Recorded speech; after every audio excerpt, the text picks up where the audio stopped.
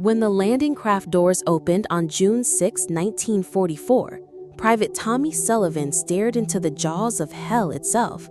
Omaha Beach stretched before him like a killing field designed by the devil, where German machine guns waited to tear apart the Allied invasion before it could begin. But the secret Tommy carried in his backpack would either save his unit or get them all killed. Could you face such impossible odds knowing everything depended on you? The English Channel was rougher than anyone had predicted. For 3 hours, Tommy and 37 other soldiers from the 116th Infantry Regiment had been packed like sardines in the Higgins boat, most of them seasick and terrified. The smell of diesel fuel, vomit, and fear filled the cramped space as waves crashed over the sides, soaking everyone to the bone. Tommy clutched his M1 Garand rifle with hands that wouldn't stop shaking. At 19, he was one of the youngest soldiers in his unit, a farm boy from Iowa who had never seen combat. His sergeant, a grizzled veteran named Mike O'Malley, had been trying to keep morale up with jokes and stories, but even O'Malley's voice had grown quiet as they approached the beach. Through the pre-dawn darkness, Tommy could see the coastline of Nazi-occupied France growing larger. Massive concrete bunkers dotted the cliffs like gray tombstones, their gun ports staring out at the approaching Allied armada. Intelligence had said the beach would be lightly defended. Intelligence had been catastrophically wrong. What Tommy didn't know was that his backpack contained more than just medical supplies and ammunition. Hidden beneath his gear was a waterproof case holding radio frequencies that would be crucial for calling in naval bombardment support. If those codes were lost, the entire first wave assault could collapse into a massacre. Could you carry such a burden when every step forward meant facing almost certain death? The first machine gun opened fire when they were still 100 yards from shore. The distinctive chatter of the German MG-42 cut through the air like a deadly symphony, sending geysers of water erupting around the approaching landing craft. Tommy watched in horror as bullets punched through the thin metal sides of their boat, instantly killing the soldier next to him. "Get ready!" O'Malley shouted over the gunfire. "When those doors drop, you run like hell and don't stop until you reach cover." But there was no cover on Omaha Beach. The Germans had spent 4 years turning the coastline into an impregnable fortress. Concrete obstacles studded the sand, many atop with mines that would detonate if touched. Behind them, a seawall provided the only protection, but reaching it meant crossing 200 yards of open beach under devastating crossfire. The boat's coxswain was desperately trying to get them closer to shore when a mortar round exploded directly in front of them. The blast lifted the entire craft out of the water and slammed it back down sideways. Water poured in through torn metal, and Tommy realized they were sinking fast. "Abandon ship!" someone screamed. "Everyone out!" The icy water of the English Channel hit Tommy like a physical blow. Weighed down by 60 pounds of equipment, he struggled to keep his head above the waves. All around him, soldiers were drowning as the heavy gear dragged them under. Some tried to shed their equipment, but without weapons and ammunition, they would be helpless even if they reached the beach. But the real shock came when Tommy saw what was happening to the other landing craft approaching the shore. German artillery had found the range perfectly. Shell after shell crashed down among the approaching boats, turning landing craft into floating coffins. Tommy watched in horror as an entire boatload of soldiers disappeared in a massive explosion that sent bodies and debris flying in all directions. The water around him turned red with blood. Men were screaming for medics, for their mothers, for God himself to save them. Some soldiers, wounded and weighed down by equipment, simply slipped beneath the waves and never surfaced again. Tommy began swimming desperately towards shore, fighting against the current and the weight of his gear. His lungs burned from the effort, and salt water filled his mouth every time a wave crashed over his head. Behind him, he could hear O'Malley shouting orders, trying to rally what remained of their unit. Through the chaos, Tommy spotted a partially sunken landing craft that was still floating. If he could reach it, he might be able to use it for cover while he made his way to the beach. But the distance seemed impossible, and German snipers were already picking off soldiers struggling in the water. What would you sacrifice to reach safety when every choice meant abandoning someone who needed help? As Tommy swam toward the wrecked landing craft, he heard a voice calling for help. Private Danny Rodriguez, barely 18 and on his first combat mission, was struggling to stay afloat with a shattered leg that was bleeding heavily into the water. "Tommy, help me," Rodriguez gasped, his face pale from blood loss and shock. "I can't make it." Tommy faced an impossible choice. He could try to save Rodriguez, but the extra weight would probably drag them both down. Or he could abandon his fellow soldier and focus on reaching shore with the vital radio codes that might save hundreds of other lives. The decision haunted him even as he made it. Tommy grabbed Rodriguez under the arms and began swimming toward the landing craft, knowing that he was probably signing both their death warrants. The extra weight immediately began pulling him under, and his progress towards safety slowed to a crawl. German machine gunners had spotted the movement in the water. Bullets began splashing around them, each shot coming closer than the last. Tommy could hear the distinctive crack of rounds passing just inches from his head. "Leave me," Rodriguez whispered, blood running from his mouth. "The mission is more important." But Tommy had been raised to believe that you never abandon a fellow soldier. His father had fought in World War I and had always said that a man's worth was measured by how he treated those who depended on him. Just then, naval gunfire from the USS Texas shifted the balance of the deadly struggle. The massive 14-inch guns of the battleship opened fire on the German positions, sending shells the size of telephone posts screaming overhead. The explosions on the clifftops were so powerful that Tommy could feel the concussions through the water. For a few precious minutes, the German defensive fire slackened as crews sought shelter from the naval bombardment. Using the brief respite, Tommy managed to reach the partially sunken landing craft and pull Rodriguez onto the tilted deck. The boat was taking on water fast, but it provided temporary shelter from the machine gun fire that continued to sweep the beach. From this new vantage point, Tommy could see the full scope of the disaster unfolding on Omaha Beach. Bodies littered the sand like broken dolls, and the surf was turning pink with blood. Equipment floated everywhere: rifles, helmets, backpacks, and life preservers from soldiers who would never need them again. But he also saw something that gave him hope. Small groups of soldiers were beginning to organize behind whatever cover they could find. Officers were rallying their men, medics were treating the wounded under impossible conditions, and engineers were working to clear paths through the obstacles. You won't believe the act of heroism that turned the tide of battle when all seemed lost. Colonel Norman Cota, Assistant Division Commander of the 29th Infantry, had made it to shore and was moving among the scattered groups of soldiers. Despite being under constant fire, the 51-year-old officer was personally leading attacks on German positions, inspiring his men through sheer force of personality. Tommy watched as Cota stood up in full view of enemy gunners and began walking calmly along the beach, pointing out targets and organizing the chaotic remnants of multiple units into effective fighting forces. "Gentlemen, we are being killed on the beaches," Cota announced in a voice that carried over the gunfire. "Let us go inland and be killed." His dark humor and absolute fearlessness began to have an effect. Soldiers who had been pinned down by terror started moving forward. Small unit actions began to develop as sergeants and lieutenants followed Cota's example. Tommy realized that this was his moment. The radio codes in his backpack were useless if he remained trapped on the beach. He had to get close enough to German positions to call in accurate naval gunfire, and that meant crossing the killing field that had already claimed hundreds of lives. "Rodriguez," Tommy said, checking his wounded friend's bandages, "I have to go forward. The Navy needs targeting information, and I'm the only one left with the radio codes." Rodriguez nodded weakly. "Do what you have to do. I'll cover you as long as I can." Could you leave a wounded friend behind when he might not survive another hour? The run across Omaha Beach was the longest 200 yards of Tommy's life. German bullets kicked up sand all around him as he zigzagged between obstacles and bodies. His lungs burned from the effort, and the weight of his equipment felt like it would drag him down with every step. Halfway across the beach, Tommy dove behind a destroyed tank that provided temporary cover. The metal was still hot from the explosion that had killed its crew, and Tommy could smell burning oil and cordite. Through gaps in the wreckage, he could see German soldiers in their concrete bunkers, methodically firing at anything that moved. A wounded sergeant named Patterson was already using the tank for shelter. His left arm was shattered, but he was still trying to organize an attack on the nearest bunker. "Kid, you got any bright ideas?" Patterson asked through gritted teeth. "We've been pinned here for an hour, and we're running out of ammo." Tommy showed him the radio equipment.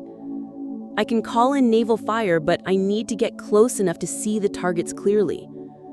Patterson laughed bitterly. "That means getting to the seawall, and there's 100 yards of open ground between here and there. The Krauts have it zeroed in perfectly." But Tommy had noticed something during his sprint across the beach. The German fire was coming in predictable patterns, sweeping from left to right and then back again. If someone could time the gaps correctly, it might be possible to cross the remaining distance. Wait a moment, what desperate plan could possibly work against such overwhelming firepower? Tommy had grown up hunting rabbits on his family's farm in Iowa. He knew that predators often focused on movement patterns, and that the best way to avoid them was to move unpredictably and use every available piece of cover. "Sergeant, watch the machine gun patterns," Tommy said, pointing toward the main German bunker. "They're firing in sweeps, but there's a 2-second gap every 30 seconds when they reload." Patterson squinted through the smoke and debris. "You're right, but 2 seconds isn't much time to cover open ground." "It is if you're fast enough and lucky enough," Tommy replied, checking his equipment one more time. The radio codes were secure in their waterproof case, and his M1 Garand was loaded and ready. The plan was simple, but terrifying. Tommy would wait for the next reload gap, then sprint directly toward the German bunker. Instead of seeking cover, he would rely on speed and the element of surprise to reach the seawall before the gunners could reacquire their target. It was probably suicide, but it was the only chance of calling in the naval support that might save the entire beachhead. What you've seen is nothing. The most dangerous part of the mission was about to begin. Tommy waited for the machine gun sweep to pass, counting the seconds until the next reload. When the firing stopped, he launched himself from behind the tank and ran straight toward the German bunker, his feet pounding against the blood-soaked sand. The 2 seconds of silence stretched into eternity. Tommy could see German soldiers in the bunker, their faces showing shock at seeing an American soldier running directly at their position instead of seeking cover. For a crucial moment, their surprise delayed their reaction. Then the machine gun opened fire again, bullets whining past Tommy's head like angry hornets. He could feel the heat from tracer rounds as they passed within inches of his body. One bullet tore through his helmet, another ripped a hole in his jacket sleeve, but somehow he kept running. The seawall was just 20 yards away when Tommy's luck ran out. A German rifle bullet caught him in the left shoulder, spinning him around and sending him crashing to the ground. Pain exploded through his body, and he could feel blood soaking through his uniform. But he was still alive, and the radio codes were intact. Crawling the remaining distance to the seawall on his belly, Tommy found a group of soldiers who had managed to establish a small foothold against the concrete barrier. Lieutenant Morrison, the only surviving officer from Tommy's company, was trying to coordinate an attack on the bunker complex. His face was blackened with smoke and streaked with blood from a head wound, but his eyes were still sharp and focused. "Sergeant, thank God you made it," Morrison said, helping Tommy into cover. "Please tell me you still have those radio codes." Unbelievable as it seems, Tommy's farm boy knowledge of wind patterns would prove crucial for accurate targeting. Growing up in Iowa, Tommy had learned to judge wind direction and speed by watching grass, leaves, and dust. These skills, developed while hunting and working in the field, now became essential for calling in naval gunfire accurately. Using his radio, Tommy contacted the USS Texas and began directing fire onto German positions. But the ship's guns were so powerful that even small errors in targeting could result in shells landing among American troops. "Wind is coming from the northwest at about 15 knots, Tommy reported, watching smoke and debris patterns to gauge atmospheric conditions. "Target is the concrete bunker bearing 270 degrees from my position." The first salvo from the Texas landed perfectly, demolishing a machine gun nest that had been pinning down an entire company. The explosion was so massive that concrete chunks the size of automobiles went flying through the air. Encouraged by the success, Tommy continued calling in fire missions, systematically destroying German positions along the bluff. each successful strike allowed more American soldiers to advance inland, slowly turning the tide of battle. But the radio work made Tommy a priority target. German snipers began focusing their fire on his position, and mortar rounds started falling closer and closer to the seawall. Yet could this young farm boy's courage really change the course of the entire D-Day invasion? As the day progressed, Tommy's radio direction proved crucial in breaking the German defensive line. Naval gunfire, guided by his precise targeting, systematically destroyed bunkers, artillery positions, and machine gun nests that had been holding up the American advance. Other units, inspired by the success at Tommy's section of the beach, began their own coordinated attacks. Engineers blasted gaps in the seawall, infantry squads outflanked German positions, and tanks that had finally made it ashore began providing direct fire support. By mid-afternoon, American forces were streaming inland and the German defense of Omaha Beach was crumbling. Tommy, weakened by blood loss, but still manning his radio, watched as soldiers who had cowered behind obstacles that morning were now advancing confidently against enemy positions. The transformation was remarkable. The same men who had seemed defeated were now driving the supposedly invincible German army from their fortified positions. But victory came at a terrible price. The beach was littered with American dead, and the water was still stained red with blood. Tommy estimated that his company alone had lost 60% of its strength in the first few hours of combat. And then, news arrived that would test Tommy's resolve one final time. A wounded soldier brought word that Private Rodriguez, whom Tommy had saved in the water, had been killed by a German mortar round while waiting for evacuation. The young soldier from Texas had died calling for his mother, according to the medic who had tried to save him. The news hit Tommy like a physical blow. He had risked everything to save Rodriguez, and now his friend was dead anyway. For a moment, the weight of all the death and destruction threatened to overwhelm him completely. Lieutenant Morrison, seeing Tommy's distress, sat down beside him behind the seawall. "Son, you did everything humanly possible for Rodriguez. He lived long enough to see American forces break through because of your actions.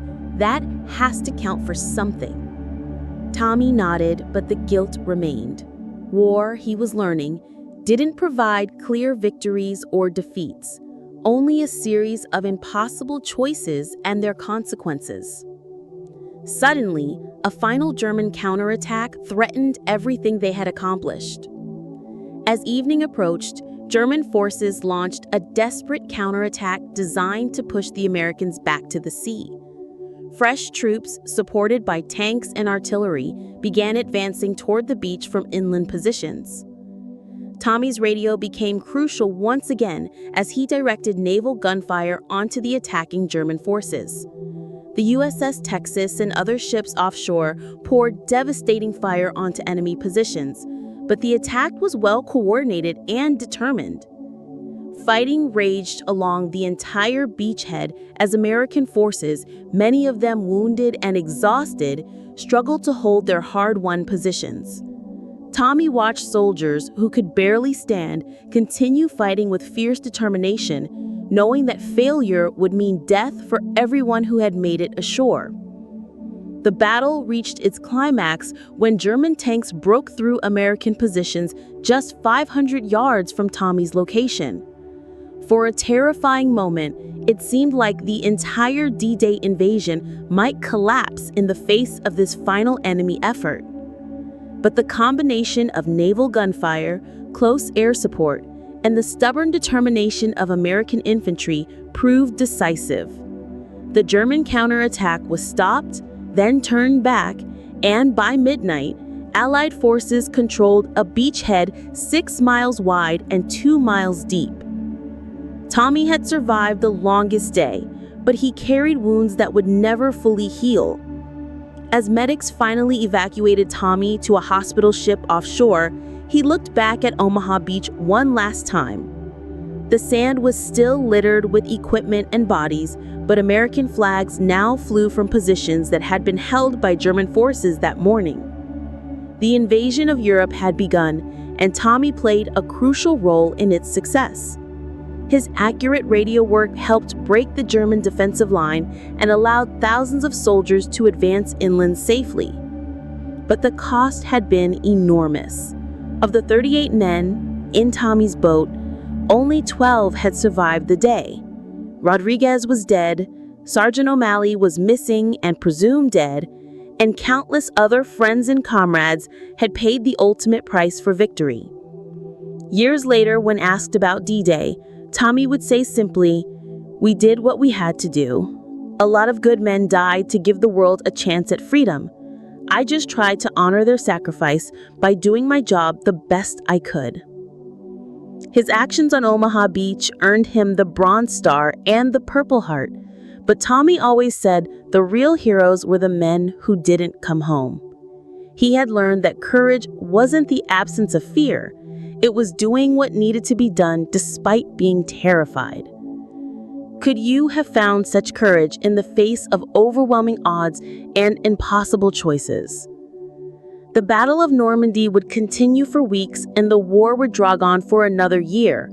But June 6, 1944 marked the beginning of the end for Nazi Germany. The fortress of Europe had been breached, and Allied forces would never again be stopped. Tommy Sullivan returned to his family's farm in Iowa after the war, but he was forever changed by his experiences on Omaha Beach.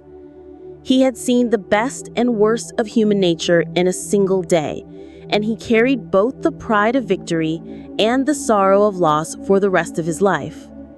His story represents the thousands of individual acts of heroism that made D-Day successful. Each soldier who overcame fear to advance across that deadly beach contributed to one of history's most important victories. What would you have done in Tommy's position, carrying such crucial responsibility while surrounded by death and chaos?